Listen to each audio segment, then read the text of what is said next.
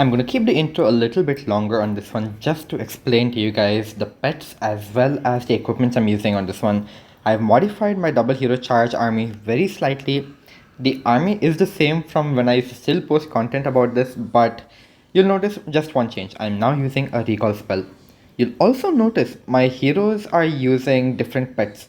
That is, my king is using the spirit fox and my royal champion is using the phoenix. And this is just because I found a way to kind of use something I've been talking about in some previous videos, but here it is. I'm finally switching to the earthquake boots and the spiky ball, and the only reason I'm using the spirit fox is so that my king can tank for a little bit longer. I can distract the defenses with the help of smaller things like maybe even rocket balloons or minions or anything small, just so that I can push him a little bit closer to the core before I have to use his ability. And then when that earthquake boots and spiky ball just opens up the rest of the base as well as deletes half the defenses, it just makes it a little bit easier for heroes like your queen. Like if she has a queen charge going, she can usually take advantage of the earthquake boots and they synergize well. Not only that, but obviously the king will end up taking some major defenses out of the way for you. So overall, just really good synergy. Queen still uses the same equipment. Warden obviously uses the same equipment, the Rage Gem and the Fireball. But now the Royal Champion, well, it's not over here. So the Royal Champion is using the Rocket Spear and the Seeking Shield, but she has the Phoenix on this time. And with the Recall spell, it makes for some very interesting attacks. So there's, I think, 3 or 4 different ways in which this modified army can be used to overcome some weaknesses of the normal double hero charge, and I would like to show you guys some examples today. We'll go into a bit of details and while I'm attacking, and I'll just take you guys through it. Some close fails. I'm still experimenting. This is my first day with it, but not bad for a first day at all. Yeah, let's just go into some attacks. I would like to start by saying that this army is still so strong, and in fact it is completely proved from the nerfs that druids are about to get that Supercell has just announced, because as you can see there's no druids in this army. It is just pure hero charges.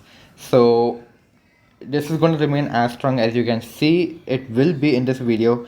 And I just want to tell you guys, like, even this modified version, right, just the fact that the core aspect of the double hero charge is so strong that sometimes you don't even need the recall spell. No, this is not an official use of the recall spell that I'm trying to showcase, but I just want to show you guys, like, this attack just is that strong. So over here you can see I'm just trying to go for this rage core with a fireball. It's pretty good value. I'll get the rage tower, I'll get some pesky multi infernos out of the way as well. And this is a common starting, like you just have the warden kind of go for a corner, tank for a flame flinger, and you can see the warden goes his own way over here, and the flame flinger handles its own direction as well. Now, just for the interest of time, because I had a little bit of more focus power during this one, I decided I can parallelly do the queen charge while doing the warden charge and just zoom out like this and have both of them going simultaneously.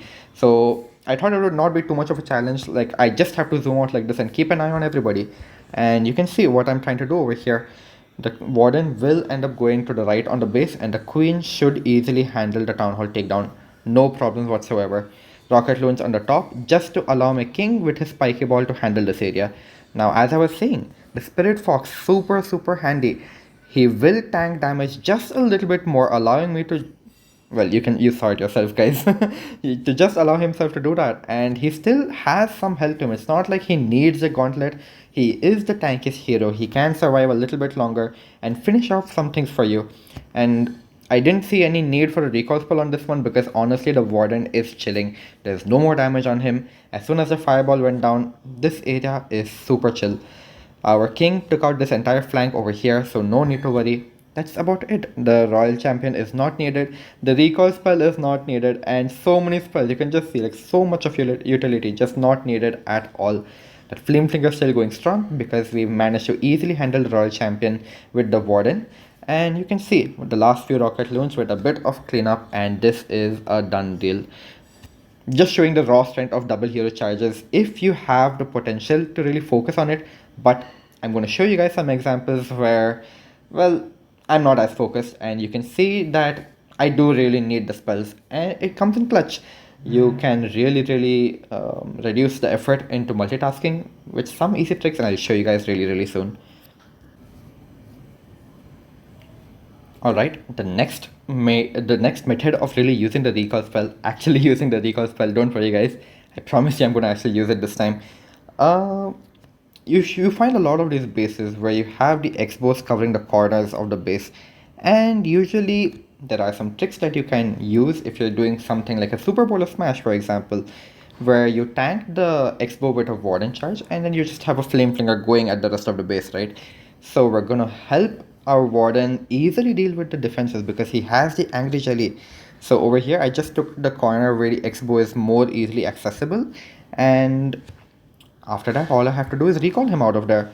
So I thought, okay, he's getting most of it anyway, so let him just continue on, let him get the multi-archer tower, and then I'll consider recalling him from there. And what this does is it also creates like this defenseless corner over here, so you can easily have cleanup going in this area without having to worry at all. So that's not time that your warden is going to be wasting on the base. So honestly, just I love this a little bit better. The fact that you can recall your warden out of there and just have like one or two minions like easily clean this up without having your warden waste his time, waste his shots over there. It's yeah, it works well. So now over here my warden is gonna handle the next X-bow, and this flame flinger is honestly free to grab the scatter shot and maybe even go to the core in a little bit. But for the time being at least, he's gonna just chill out over here. And I completely missed it. I'm so sorry guys, but yeah, the Royal Champion, I used her Rocket Spear, and the fact that she's using Phoenix, right? So this base was symmetrical over here. I believe there was a Ricochet Cannon somewhere, I think over here, a Scatter Shot, and the X, no, sorry, I think, yeah, Multi-Archer Tower, X-Bow, and Scatter Shot. And she's gone ahead and removed all of it. And the fact that she has a Phoenix over here, even if she dies out over here, right? She can still go ahead and grab some more value. So it's not the end for her. She's just cleared 3 major defenses all by herself, and she's proceeding to go ahead and get a little bit more value for me. I can't really ask for much more than that. And yeah, I really didn't even pay attention on her towards her. I literally just popped her ability, forgot that she existed, and now that I have a little bit of time to focus up, I have decided to just start my queen. So yeah, because honestly my warden is gonna immediately handle this eagle artillery area. He's free from the enemy heroes, and the queen charge is also pretty easy over here, nothing much to it.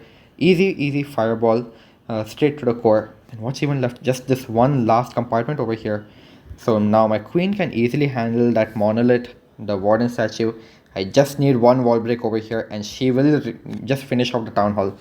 I thought I'd pull out the entire clan castle, but it appears not. And just a little unlucky on the queen side over there, but nothing that we cannot handle. I still have my king, guys. Look at this. I still have my king on standby. So as I was saying, like the fact that you can use your royal champion like this and your warden as well like that at the start, where you can just use him, recall him out, you can see like it just creates so many defenseless pockets. So like all of this is super cheap cleanup for you to do. You don't have to worry about it too much. You can allow your heroes to target the defenses on this base just so much quicker than before. It's just a huge weakness that is completely gotten rid of. And look at this, I haven't used my king on this one. Your king, literally, probably one of the most important heroes right now, if you would ask people, especially with his epic equipment. But we didn't need him. We didn't need a few spells. And it just goes to show you guys, like if you use the recall spell correctly, you can easily deal with bases.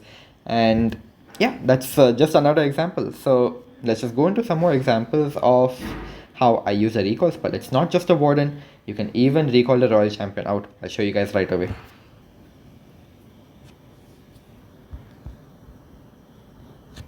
Very stacked base over here near the town hall. But if you do your calculations right, I think I just wanted to get the monolith out of the way as well. I'm sure if you get a town hall fireball, you can erase all of this out, but it was a little risky because of this hero farm over here, especially considering my warden has the angry jelly, and I still have all of these defenses to go through before the town hall becomes the nearest building. So you can see I just decided to go on the side a bit over here, and I decided to instead go for a scattershot fireball so that I can also get the monolith out of the way while dealing damage to this entire area. Not bad at all. It's a worthy exchange, I would say. And you'll also see right off the bat, I get unlucky. My flame flinger walks right into a Tesla and I catch it way too late. Way too late, way too late. It's just a siege machine that's wasted. And I could have gotten the single inferno out of the way. This can be a tricky base for hero charges because this army is literally just your heroes, right? So the fact that I'm not able to get at one of the single infernos out for free makes just a little bit more difficult. But you'll see we still managed to get this one down one way or the other. And now my warden is relatively safe for the town hall takedown. And just to help reduce the damage on this flank, I sacrificed a rage with my Royal Champion's Rocket Spear over here, and she just erases the entire right side of the damage that's there, and I just recall her out. Not bad, right? Like, all of these heavy defenses that were just waiting over here for my Warden, they're no more. It's just such a huge deal. And just I guess adding on to it, like that just allows me to start my queen charge from the bottom, king to funnel the queen in, just standard procedure, nothing really too much special about it. And yeah, we'll try to push our king towards the core a little bit. We'll try to get our queen closer to the core single infernos as well. So again, just standard procedure for funneling your heroes one way or the other. Think of it like a queen charge now. I'm not even going to look at my warden anymore. And the moment my king gets closer to the score, I can probably use his earthquake boots and that spiky ball. Yeah. So not bad. He erased quite a bit of the core for us. And remember, we still have the royal champion. She still has a phoenix to dig through. So she can actually go in over here and start taking the damage for us. And the fact that she goes for defenses, remember guys, this is the most important part. She goes for defenses. So even under Phoenix ability, she is going to continue chewing through some defenses for you while being the tank. So even the single inferno core farms, whatever you want to call them, they're not too much of a challenge. I made some mistakes. I lost my flame finger at the very start. That was not the best fireball I could have gotten, but you can just see having the phoenix on the rockets, having the phoenix on the royal champion, especially with the rocket spear and that recall spell, you can just get so much of value with her for such, like, you don't even have to enter the base. You guys saw it. She just used her rocket spear at the very start with a rage, cleared like 3 major defenses, made life for my warden easy, and then proceeded to be a tank straight up. Like, imagine if my king had the phoenix, he would not have been able to help out with that single inferno core as well as my royal champion did.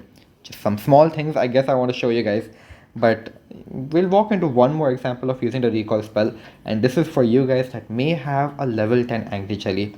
Comes into clutch sometimes, and I just want to show you guys an example.